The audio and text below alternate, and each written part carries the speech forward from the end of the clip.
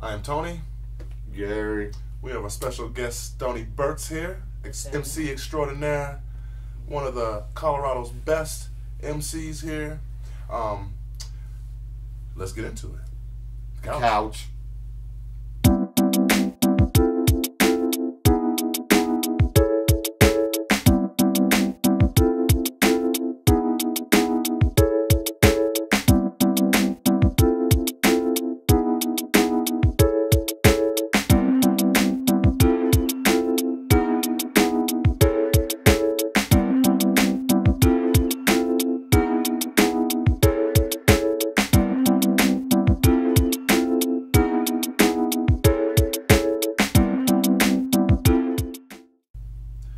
Welcome back, y'all. I am Tony.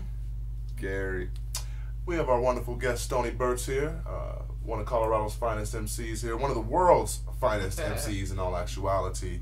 And we actually got Stones in here to talk to us about... Truth is... We actually got Stones in here to talk to us about Joey Badass, Before the Money is the topic of discussion today, guys. First off, for me, this album is amazing. And I know we're real early in the year still, but I think that this album is going to go down as one of the best albums of the year. I know it's real early to talk about that just yet, but I am really excited about this album in particular, especially with Joey kind of following up off the 1999 mixtape and the Summer Nights mixtape, I believe, and which were really dope, which gave him all kinds of critical acclaim.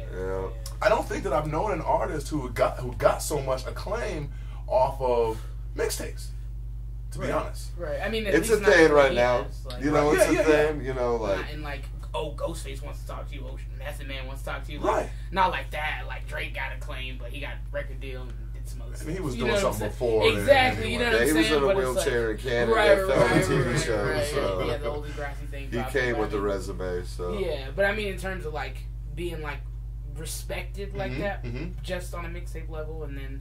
Now your album's coming out, but you already have that respect of like, that's dope. Like, and I'm gonna be completely honest. I've heard the name Joey Badass. I've heard he's an MC I need to look into, but I am one of those hip hop listeners where I like my stuff and I listen to it. And I was happy we chose this album because I got to listen to Joey Badass. Yeah, I agree with you, man. Like finally, I'm sorry it was right now, but it took me to 98, 99. Shit, Without, and you know, dude's 20, so he was born in 95. Yeah. So he doesn't, you know, it's not that he took a style he grew up listening to and emulated it. Joey's doing Joey. It just so but happens. it represents where he's from, just rewinded to 98, 99. Like a recycle back it's circling around, which gives me hope. Yeah. That the stuff we loved is going to become popular music. I want to piggyback off of what you were saying when you were saying the place that he came up from, you know, where he comes from. I think that, and it's New York, you know what I mean? Brooklyn specifically, and that's why I hear Most Def. I hear that Black Star movement of the late 90s. I think Joey could have rode with them. Yeah. Easy, easily. And he would have been a star of the camp as well, you know what I mean? Yeah. But I actually feel like, and I hate to sound like this, but I actually feel like New York hip hop, which is super formidable for me. Like I would like to say that, you know, it's not the end all be all for hip hop, you know what I mean? But I actually really feel like New York hip hop. But it's the hip hop I came up on, you came up on. It's the hip hop. I did my middle school years West Coast with the Chronic. The Nas's, Biggie's, Mobb Deep's, Jay-Z's all started coming out. So I'm West Coast to East Coast. Right. And then I stuck in that lane and then found underground hip hop and I've kind of been in that, you know. And kind of when the underground hip hop came around, it was on some. It made everything transcendental. Like there was no West Coast or East Coast or anything like that. It was just a sound. And I actually feel like with this album, what I'm getting at is that Joey Badass, I feel like, is, and that whole pro era crew, they're really serious about bringing back that New York sound. They made a Brooklyn record, bro. They made a late '90s Brooklyn record. I was talking to him about this earlier, like about how everybody's been so concerned in terms of the New York sound about going back. Like people were so concerned. Like I think Emilio Rojas, like one of the ones who said it recently. He's from like Rochester, New York. He's like, oh, well, you know, everybody's so concerned with going back. Nobody's making anything new. that people can hold on to and gravitate to, and then you have like the Troy Apps coming out representing Right. more of the like flamboyant, like Right. Harlem, like Rich Porter type side of things, and then you have him who's coming out with like, you know what I mean, this is where we're from, you know what I mean, but he's not like doing it in a way where this is the only hip hop that exists. It's just this vintage. This is all that's good. This is a lane. He was able to draw directly from, like, you can tell he's from that same cloth. You know what I mean? Like when Nas is, you know, on Illmatic talking about the hallways and the elevators. And I love that you mentioned Illmatic, because this album actually reminded me of Illmatic. I can dig that. In the way that he's talking about where he's from, but not in that over thug, you know, like about the blood, money, drugs, sex type of stuff. I could easily he's just see this painting record. the picture of where he's from. Yeah, I could easily see this record for a young hip hop cat who's kind of hitting the grind right now, who's kind of just getting their legs under him. I could easily see this album being as classic as A Reasonable Doubt, an Illmatic, Ready to Die, you know what I mean, a 4, 5, 6. I can easily see this album being just as classic, just as formidable, just as heavy to a brand new cat, somebody maybe who was my age when I ran into those records. There's so much normalcy in it. Like there's so much just like he raps and he's rapping and he's doing such and such, and his mom's telling him to clean his room, but like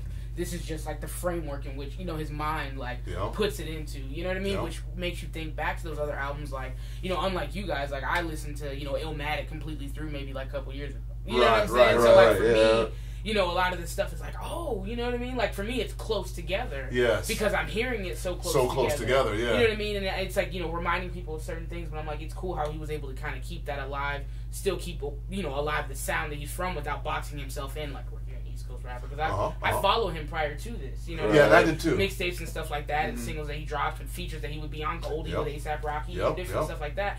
And it was just like, or not Goldie, One Train. I apologize. I was just all excited agreeing with you. You said it wrong. No, but you know what I mean? Like I followed all that different stuff, and I've heard him on different type of beats and different type of contexts, you know. So it's cool that I was like, what is he gonna say? Like, there's a lot of rappers that are very gifted and talented in terms of, ooh, you sound like you're from '94. A lot of times they can't put together a song without it being like garbage. You sound like garbage from '94. You know what I'm saying? So it's like hard to find the happy medium, and I think it's like it's truly him. Yeah, I have something to say to that with you saying like people trying to sound like they're 94.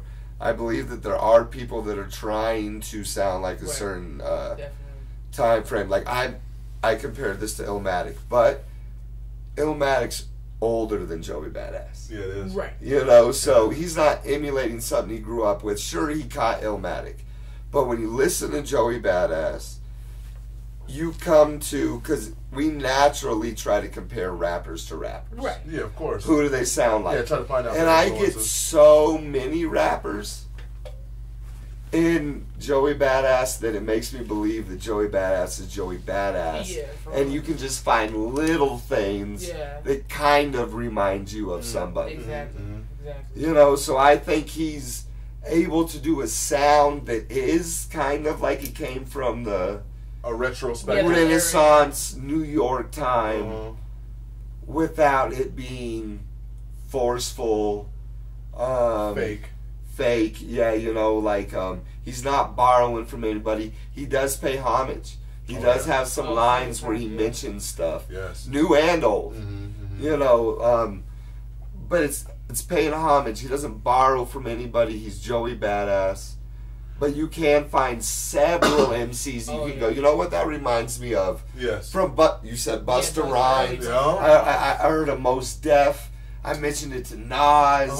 You know, like there's. I hear a little Biggie in him a little bit. Yeah, there's a lot of different. That slower track that I even said, like, even his slower tracks that you're always concerned about when they try to make like a soft track like this. Yeah, right. But then you hear it and it literally sounds like just a smooth, like it sounds like at a certain point, I think he even references like a line from Juicy, like his cadence. Yeah. You know what I'm saying? And it sounds like a song like that, like where even, you know, Gangsters in the Club, like, yeah, that's pretty shit. You know what I mean? It has something for everybody. It has that smooth vibe. It has the, You know what I mean? It has the the punchlines for everybody. So, I think at 20 years old, he was able to key in on something that a lot of people want. Another thing that that sounds like an era they loved, but wasn't borrowed necessarily from that era. One of the things that I liked about this record, especially it being a brand new modern album, is that modern music is, especially with hip hop, it's generally riddled with features. Right. And this guy being so young, and us anticipating this album, him having so much respect in the game. Right. This album didn't have a ton of features. They were all necessary features. Yes, and they were stood great. Alone. Yeah. There was a lot of things about this album that were done great that could have been. We talk a lot about the interlude usage and how it kind of dumbed down a lot of things. We skipped through that. His interlude usage was phenomenal. Yeah, it was dope. Phenomenal. It was the thread that kind of tied the entire. Kind of on that the era we're talking about, how a Wu-Tang would use interludes. Yes. You know, like it was really well put together. Yeah, I agree. Really, the features on it, everything on it. You listen to it, and you're like. Oh shit! There's a guy on the record, BJ the Chicago Kid. I love that guy. I love that guy too. I actually ran into him. Studio joint? Yeah, I actually ran into that guy on Chance the Rapper's album. Mm-hmm. Acid Rap. Yeah. And The Couch episode 1. Was that what that was? Wow. Yeah. Well, the Pineapple Now Laters. He has an album out, and he's just phenomenal, and he's been on a lot of things like scattered around, and now people are just now like he was on some stuff with Kendrick. He was on Cushion Corinthians. Oh wow! On Section 80. I'm gonna pull up the track listing because there's something I want to talk about. We haven't talked about. Yeah, I actually really like that guy, and I've been sleeping on him. What was the name of his record again? Pineapple Now Laters. Pineapple Now Laters. You gotta, you guys watching this, you guys gotta cop that for real. Definitely. BJ the Chicago Kid is really dope. Yeah. And a really good contribution to this Joey Badass album for sure, Definitely. man. Even that kid Chronix. Yes. Yes. The reggae artist and everything that's on there. I really liked that too. I really love that track, man. And he even speaks about like his heritage and stuff like that, which is what kind of provoked the whole like Busta Rhymes comparison for me. Because even though not necessarily all of it's the same, but the way that he like incorporates that, you know what I mean, into it, kind of like reminds me of that. Like when he was like first, coming up, he was real, skinny and lanky. It was crazy. With and shit like that. Yeah, I just pulled up the track listing because I wanted to talk about something on here. The Belly of the Beast. The producers. On the album. Oh yes, and I think Static Selecta. Yeah, Static Selecta, DJ Premier, J Dilla, The Roots. Yes. And some names I'm not familiar with, Kirk but Knight. they did. He had some vocals on it too. I forget. Yeah, Kirk Knight. Yeah, Basquiat. Basquiat. After the artist, but just using the last. Chuck Strangers. Yeah, and he does a lot of stuff with Chuck Strangers. He did a lot on the 1999. Everybody did a phenomenal job. Yeah. I actually really like that track, Christ Consciousness. I think that was the lead single off of this album. Yeah. It was a really dope album, and I liked the video. I just liked everything that he was doing. I heard that the Curry Chicken joint, which was like on a mixtape, was kind of in circulation with with some mixtape circuits, which was another dope track, man. This album is amazing. Tracks like Black Beatles were real kind of introspective and really, kind of ties into the Save the Children at the beginning. Right, you know what I mean? Right. It's just a great album put together phenomenally. I want to get to the bonus tracks because there's that Teach Me How to Dance. Teach Me How to Dance song on the bonus tracks, which has an amazing concept, but I can't help when the chorus plays to go, teach me how to Dougie, teach me how to Dougie, because it's teach me how to dance, but it's just, but the verses are, the concept is phenomenal, on this album here too, I can generally dissect Cat's verses and be able to scrutinize them to where I'm like, I ain't like that, or I ain't like this. And there was really not a whole bunch of areas on this record, especially for Joey Badass, to where I could really be like, I didn't like that. I really liked every verse from this guy. I think that he came correct. This album. And his homage lines were amazing. Yeah. He used Cream really well in there. He used the I go to school too. And something about then I board the queue, so or I'm a schoolboy too, So like I'm a schoolboy too, so that's why I board the queue. Something like that, So that was paying homage, I believe, a little bit, So like without being cheesy about it, he threw in the homage lines. I think he did a phenomenal job. This album for me, man, it gets me. In listening to this album and wanting to talk to you guys about this album in particular, it makes me want to talk about the scope of hip hop. Yeah, the landscape. Yeah, of the landscape of what's going on right now. And Joey Badass is a front runner for the change that is ultimately happening in hip hop. I like Joey Badass. I have faith in him. I think him and his New Era crew are gonna usher in Pro Era. I'm sorry. Which is interesting about the time frame, because when you say Pro Era, it makes you think, Pro Era, you think of, you know what I mean? Because people talk about the era, like the golden I just era. put the blunt out. I knew that. I promise. I knew that. I just put the blunt out. I like that. Because we were talking about that in the car. Era, like, you can't even name it. It's the Pro Era. It's like, the Pro Era. They've branded exactly. And even if you listen to people like Nick Caution, like other people that are part of his group. And another thing that was interesting for me, like just approaching the album, like hearing, it's interesting to always see what people are going to do first. You know what I'm saying? When you hear their mixtapes for so long. These type of albums give me reason to believe that friends that I have that rap can be noticed. And, because they don't do that mainstream bullshit. Joey Badass you still doesn't do yourself and be like a... you can still be who you are, and you can be, and it could be dope. And he lost like Capital Steez, during his time. There was a lot of stuff that happened. He lost his cousin, I think, less than like 2 months ago. Right. You know what I mean? So I was really like, how is he gonna approach that, especially being such a young man? You know what I mean? Having to deal with that as your trajectory is completely, skyrocketing. Completely, noontime. You know what I mean? Like how he LeBron'd it. Everybody asked how LeBron was gonna do when he was getting all that attention as a high school student. He just went is he going to keep that head about him? And he did, and he's LeBron. Like, so Joey Badass did that too. Yeah, he mentioned it. He said something. He kind of just was like, a lot of his songs were very much like, just got to keep moving. Like at the very core of them, it was always just like, I appreciate you, like keep it going, keep it going. You know what I mean? Like, so it was cool to like the fact that he was able to create such a great body of work and have that.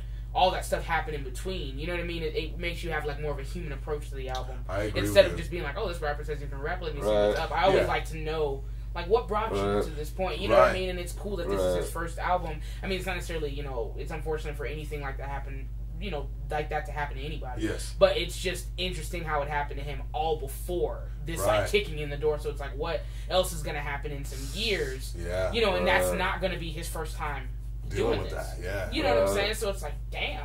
It's like, the potential is kind of, overwhelming in that.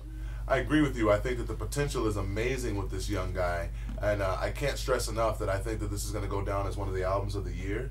And I think that this album is also chiseling a new type of landscape in hip hop, in music. Let's just go ahead and say music in general. Yeah, it's like the Good Kid, Mad City of 2019. Yes, it definitely is. It definitely is. And I think that with this album, I think that old Joey is going to get. He's going to be a cult classic. Yeah. More so. I'm not necessarily sure if he's going to get like that star power quality. But I see it being one of those albums that you look back on. That album was a very important album because it led to because he's getting respect from people that came.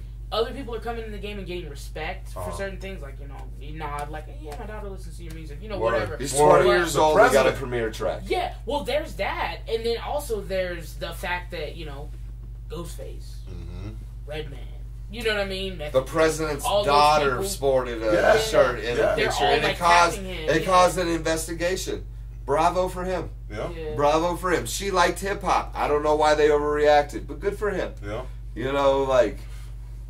I really love this album. I really love this character. I'm looking forward to what his camp even is going to drop. You know what I mean? Pro Era is definitely. It put me on the radar. It made it. I have a new guy I like to listen to. I'm going to look out for. Oh yeah, and I can't stress enough how soulful this album was too. Yeah. You know what I mean? I don't want to just be on some boom bap hip hop shit just slapping you upside the head. And it is that. And he hit all angles.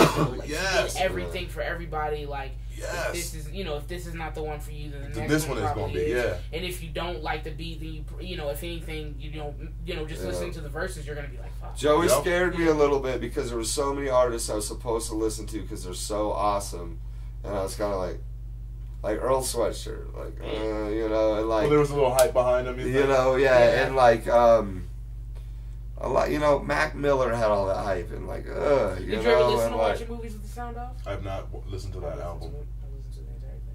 Is it good? In my opinion. Right on. We gotta get Stones back on the couch. We always talk about in the vein. Before we wrap this up, we talked a lot about this album. Before we wrap it up, why don't you tell the people that you've recently done? Oh, okay. I can definitely do that.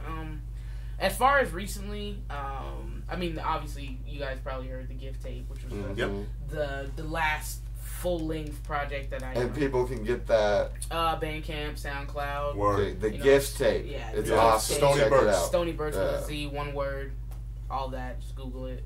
Yeah, the Gift Tape. It's awesome. Yeah. But that was the first full-length, not the first, but the most recent like full-length that I've been coming off of, and that was pretty cool. People listened to it, and it kind of got me a little bit of You did some collaborative songs you've released with people too. Yeah. I mean, me and Technic G have done a lot together. Technic G is the homie. We have actually had the release parties together for the beginning. Check that out too. Right. You guys mentioned that, but I'm gonna say it again because that's the homie. Word, that's the homie.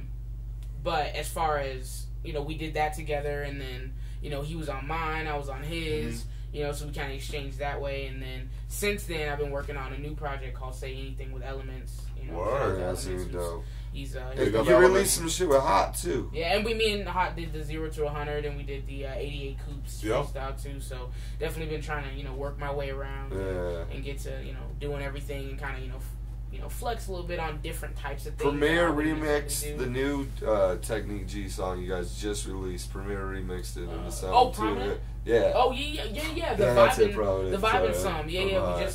We like that came from some random stuff. He just made the beat, and I was big ups Prom for sure. Yeah. Yo, Prom's so dope that the G Funk over here calling Premiere. You know what I'm saying? And I'm stoned. Man, Prominent releases some shit, man. He's for here. Yeah. I'd put him on that level. Yeah, Prom's dope, man. Definitely. Big ups Prom. I got mad love for you. It was an amazing. The vibe and some, we put that out just kind of on a random whim or whatever, and and then it kind of picked up some ground. We did a little bit of video too, which was all Technic G's idea. So and it worked out. But I've been doing collaborations, obviously here and there, a lot of shows, of course. Got some accolades. I think last year you won Best Solo Hip Hop MC, right? Yeah, I signed with you, good sir. I just review albums. I don't do that's it. That guy's not here. He'll be here later. He won't be here for that. But yeah, so definitely a lot of good things coming. But the new project I'm working on, we just dropped the EP for that. So there's a 4-track EP that floating around. The same stuff that'll be on the full length, but just more or less like essentially a trailer. Have you ever seen the movie Say Anything with John Cusack? Yeah. All different stuff. It's more or less based off of that kind of a loose interpretation. I like that. And so that's Stoney why does dope shit. And that's why there's a lot of of the audio within the a lot of the songs and a lot of the themes. If you listen to a lot of what Elements has done, it's very not necessarily 80s inspired, but it has a lot of those prominent sounds, like a lot of the synths and a lot of the same drums. Yeah, I'm with that. And just kind of adapting it into what we want to do with it. So that's definitely been a cool process. So that'll definitely be coming soon. So look out for that. But that's kind of what's happening. And so your whole catalog, we can find your whole catalog on the Bandcamp and the SoundCloud. Yeah, everything basically, everything from Big and Green stuff to what's happening now. All that is on Bandcamp, SoundCloud. Word. Free. Big ups. Go get it. Get it. Stony Birch. Yeah. Let's do a rating on this album and get the fuck out of here. You want to rate this album, huh? I am going to rate this album at a 4.5. At a 5. I'm going to rate this album at a 4.5. This album is damn near perfect. I think the reason why it is not perfect to me just yet is because it's still relatively new. I think a couple of more listens and the more that I get acclimated to this record, I think it will end up being a perfect album. I'm going to say 4 so that I can give it some growth. Right. I can let it grow on me, and I can let it. I don't have that mind state that it's perfect. Like I want to listen to it and hear more stuff about it. I'm gonna go 4. Okay, I can dig that. What you think, Stones?